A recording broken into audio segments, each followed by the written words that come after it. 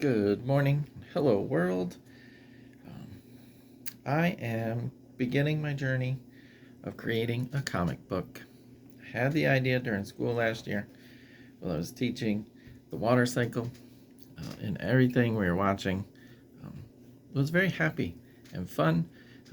I really liked the Magic School Bus version. So we were watching that, and they related it to a water park and going on a roller coaster, and it fit, and it did, and everybody was really happy. But I was sitting there and thinking, watching this and thinking about the water cycle. And if you look at the water cycle from the viewpoint of the water droplet, it's a horror story. It's terrifying. And so I wanted to redo it.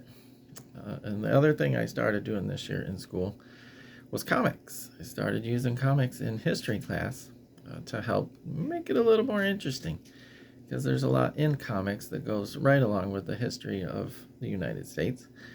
So I was using that, and then I was thinking, oh, I could redo my water cycle story as a comic book. So, two problems with that. One, I didn't have anything to do it. Like I said, I'm just getting started into comics. I don't really know how to do that. And the other thing is, I don't know how to draw. Never been able to do it my whole life. Pretty terrible. Took an art class in college, just hopefully to have some fun. And after the second day, the teacher stopped talking to me. He would go around to each student in the entire class, and he would skip me every time. If I raised my hand, he wouldn't call on me.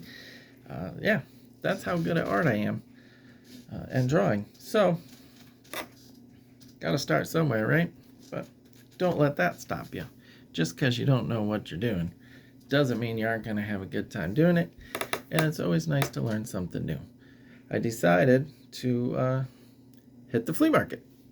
Why not, right? Two places you start. You start flea market and you start Walmart. So that's what I did. I dug around the drawers in the house. I found a little book. I grabbed a pencil. And then I ended up, so I was able to, this was my first attempt at drawing in here. Went to the library sale, and I got How to Draw Pokemon. How to do that. Pretty cool book. I enjoy Pokemon. I like to play Pokemon Go, and it's got some step-by-step directions on how to do that stuff, how to draw them. Right? You start over here with the shapes, and then you slowly add things in until you get a product. So I got that. Flea Market gave me one of these. Flea Market gave me this book that I'm starting to draw in. I'll tell you about the style in a minute. I also got $5, a brand new set of watercolor pencils. Haven't used them yet, but brand new, $5. Super excited. And then I also got slightly used container of colored pencils. So slightly used, all different sizes in there, but colored pencils for $1. Can't beat that. $5 on the big crayons. Can't beat that. Went to Walmart because I was like, when you draw in pencil, right? So I got this out of Walmart for a couple dollars. Comes with a little piece of sandpaper. Comes with a little glob of glue. It's like clay, but it's actually an eraser. Learned about that taking a free class online. The lady taught me all about the pencils and some shading tricks. So you've got from 2B, 6B, I've got an HB, this one that isn't marked, and then I got a 2B and a 6B of these charcoal things. Haven't used those yet, but they're for shading in big areas. 2B is your regular pencil. I learned that, right? So just any pencil that you have lying around the house. Number 2 pencil, probably a 2B. And then 4B, 6B, HB. They get darker the bigger the number goes. So I learned that on the video. It was very helpful. Also some more of the terminology for drawing and shading specifically. That was her class was really, really nice. So since I've been learning about the comics, I went and got to go down to That's Entertainment, wonderful place, to meet David Wenzel. He is the guy that did all of the coloring and drawing for The Hobbit, when they turned The Hobbit into a comic book. Okay, so if you don't want to read the whole novel, but you want to get into some of the story, the graphic novels, great way to go. And then he was kind enough to autograph that for me. And I told him my idea and my problem of not knowing anything about it. So he told me about this. They call it the Marvel method.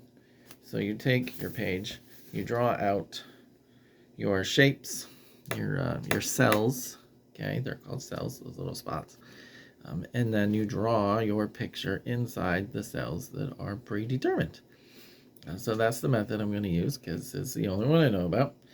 Rather than trying to draw the picture and then draw the cells around it. Seems like the harder way to go. So we're going to give that a shot and see what happens. So yeah, the water cycle. I've gone ahead. I made this one. This is going to be my first page as an overview. I'm going to do all 4 steps of the water cycle in there. I am a teacher, so it is going to focus around education. And then I went and made some other pages for the different steps in the cycle. So right now I got 5 pages altogether. Just cells and what is supposed to be on that page, collection, evaporation, etc., etc. So yeah, and then hopefully when I'm done, I'll make a couple worksheets to go along with it, and it'll be a nice lesson for the kids. And hopefully they'll enjoy a comic of the water cycle. So I'm going to try and make it a little scary, not too scary, because I do want to use it in class. Why go through all the trouble if I can't use it? And we'll see how it works out. So I got some more terms I got to put in there. Watershed, runoff, some of the ancillary terms that help make the water cycle. Yeah, but that's the idea. That's where we're going with this. So, thanks so much. Have a great day. I'll bring you along with some of the drawing as I get into it. Make good choices.